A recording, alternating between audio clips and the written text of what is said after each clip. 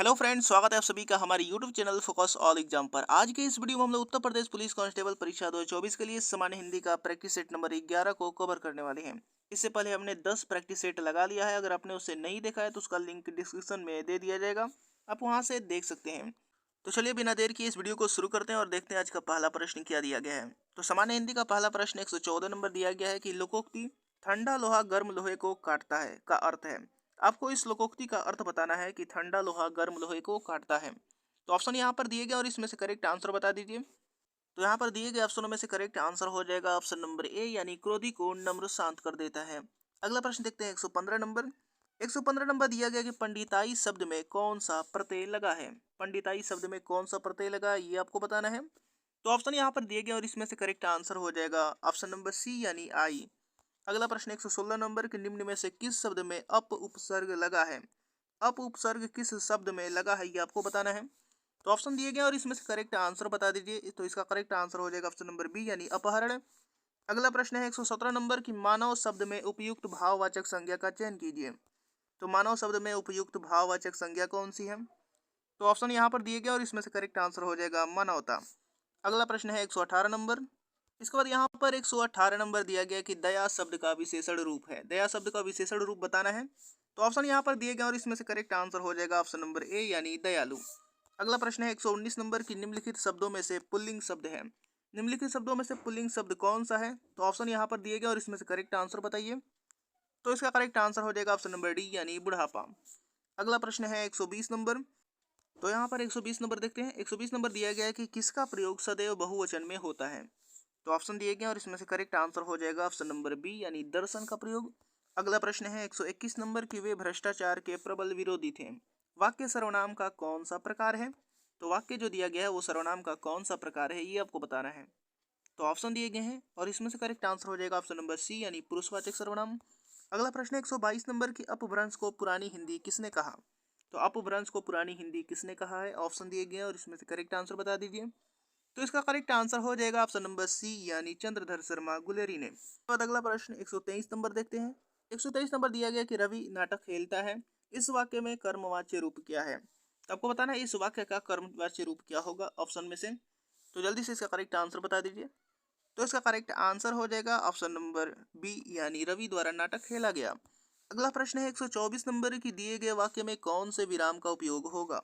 आपको बताना है अरे मनु ने झूठ बोला। तो यहाँ पर कौन सा विराम का प्रयोग होगा ये आपको बताना है। तो ऑप्शन दिए गए और इसमें से करेक्ट आंसर हो जाएगा ऑप्शन नंबर ए, यानी ये वाला।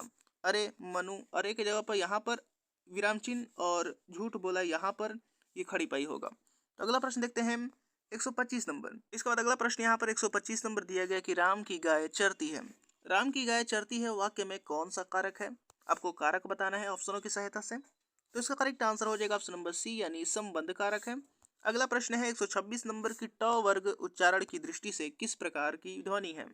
तो ऑप्शन दिए गए और इसमें से करेक्ट आंसर हो जाएगा ऑप्शन नंबर सी, यानी मूर्धन्य। अगला प्रश्न है 127 नंबर की निम्न में दीर्घ स्वर है।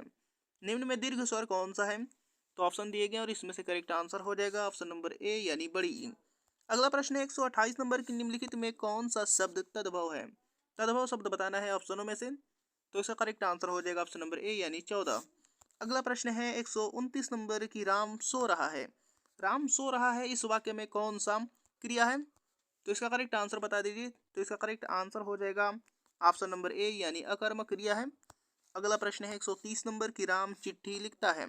यह वाक्य भूतकाल में है। तो आपको बताना है भूतकाल में कौन सा वाक्य होगा। तो ऑप्शन दिया गया राम चिट्ठी लिखता होगा। दूसरा ऑप्शन है, तो दूसरा ऑप्शन है यहाँ पर राज चिट्ठी लिखेगा। तीसरा ऑप्शन है राम चिट्ठी लिख चुका है और चौथा ऑप्शन है राम चिट्ठी लिख रहा है। तो इसका करेक्ट आंसर हो जाएगा ऑप्शन नंबर सी, यानी राम चिट्ठी लिख चुका है। इसके बाद अगला प्रश्न 131 नंबर की अनिश्चयवाचक सर्वनाम का अपदान कारक में बहुवचन रूप होगा। तो अपदान कारक में बहुवचन रूप क्या होगा अनिश्चयवाचक सर्वनाम का। तो दिए गए ऑप्शनों में से करेक्ट आंसर हो जाएगा ऑप्शन नंबर डी, यानी किनको। अगला प्रश्न है 132 नंबर। 132 नंबर दिया गया कि यश धन दा शब्द का संधि युक्त पद होगा। तो आपको बताना है यश धन दा का कौन सा होगा दिए गए ऑप्शनों में से। तो इसका करेक्ट आंसर हो जाएगा ऑप्शन नंबर सी, यानी यशोदा। अगला प्रश्न है 133 नंबर की जो तोला मापा जा सके के लिए निम्नलिखित में से कौन सा शब्द होगा। जो तोला मापा जा सके उसके लिए एक शब्द बताना है। तो ऑप्शन यहाँ पर दिए गए और इसमें से करेक्ट आंसर हो जाएगा ऑप्शन नंबर ए यानी परिमेय।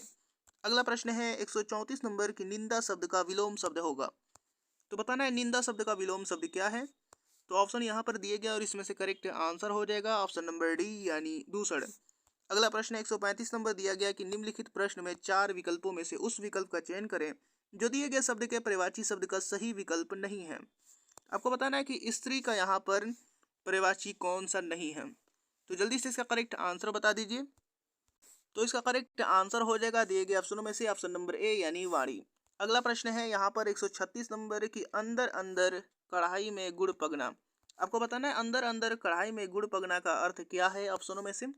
तो ऑप्शन यहाँ पर दिए गया और इसमें से करेक्ट आंसर हो जाएगा ऑप्शन नंबर बी यानी अपने में सीमित होना। अगला प्रश्न है 137 नंबर की ले चला साथ में तुझे कनक जो भिक्षुक लेकर स्वर्ण झनक में अलंकार बताइए। ले चला साथ में तुझे कनक जो भिक्षुक लेकर स्वर्ण जनक में अलंकार क्या होगा। तो ऑप्शन यहाँ पर दिए गए हैं और इसका करेक्ट आंसर हो जाएगा ऑप्शन नंबर सी यानी उत्प्रेक्षा अलंकार। अगला प्रश्न 138 नंबर दिया गया कि कौशिक का अनेकार्थी शब्द नहीं है। तो कौशिक का अनेकार्थी शब्द नहीं है वो आपको बताना है। तो ऑप्शन यहाँ पर दिए गए और इसमें से करेक्ट आंसर हो जाएगा ऑप्शन नंबर सी यानी शिव। अगला प्रश्न 139 नंबर की सकल और सकल का अर्थ क्या होगा। यहाँ पर दोनों अलग शब्द हैं तो बताना है इन दोनों का अर्थ क्या होगा ऑप्शन में से। तो इसका करेक्ट आंसर हो जाएगा ऑप्शन नंबर डी यानी संपूर्ण और अंश। अगला प्रश्न है 140 नंबर जिस समाज का कोई पद प्रधान नहीं होता उसे कहते हैं। तो जिस समाज का कोई पद प्रधान नहीं होता है उसे क्या कहते हैं। तो ऑप्शनों में से करेक्ट आंसर हो जाएगा ऑप्शन नंबर डी यानी बहुब्रीहि समाज कहते हैं। इसके बाद अगला प्रश्न 141 से 145 तक गद्यांश पर आधारित 5 प्रश्न दिए गए हैं। तो हम लोग 146 नंबर को देखते हैं। तो यहाँ पर 146 नंबर दिया गया कि विस्मय अस्थायी भाव किस रस में होता है। तो बता दीजिए इसका करेक्ट आंसर कि विस्मय जो अस्थायी भाव है वो किस रस का होता है। तो इसका करेक्ट आंसर हो जाएगा ऑप्शन नंबर बी यानी अद्भुत रस में। इसका अगला प्रश्न 147 नंबर दिया गया है कि कितनी नाव में कितनी बार रचना को किस पुरस्कार से सम्मानित किया गया है। तो किस पुरस्कार से सम्मानित किया गया है कितनी नाव में कितनी बार। तो ऑप्शनों में से करेक्ट आंसर हो जाएगा ऑप्शन नंबर डी यानी ज्ञानपीठ पुरस्कार से सम्मानित किया गया है। अगला प्रश्न 148 नंबर दिया गया कि जयचंद्र प्रकाश नामक महाकाव्य के लेखक हैं। तो आपको बताना है कि जयचंद्र प्रकाश नामक महाकाव्य के लेखक कौन है। तो ऑप्शनों में से करेक्ट आंसर हो जाएगा ऑप्शन नंबर डी यानी भट्ट केदार। अगला प्रश्न है 149 नंबर की मैथिली शरण गुप्त का संबंध आधुनिक काल के किस युग से है। तो ऑप्शन दिए गए हैं और इसमें से करेक्ट आंसर हो जाएगा दिए गए ऑप्शनों में से ऑप्शन नंबर बी यानी द्विवेदी युग से है। अगला प्रश्न है 150 नंबर की हरि गीतिका छंद में कुल कितनी मात्राएं होती हैं। तो इसका करेक्ट आंसर बता दीजिए जो कि इस वीडियो का लास्ट प्रश्न है। हरि गीतिका छंद में कुल कितनी मात्राएं होती हैं। तो इसका करेक्ट आंसर हो जाएगा ऑप्शन नंबर बी यानी 28 मात्राएं होती हैं। तो उम्मीद करता हूं कि ये वीडियो आपको पसंद आया होगा और इसी तरीके के और नए प्रैक्टिस सेट लगाने के लिए हमारे साथ जुड़े रहिए और चैनल को अभी तक सब्सक्राइब नहीं किया है तो चैनल को सब्सक्राइब करके बेल आइकन बटन भी दबा दीजिए। तो मिलते हैं अगले वीडियो में अगले प्रैक्टिस सेट के साथ।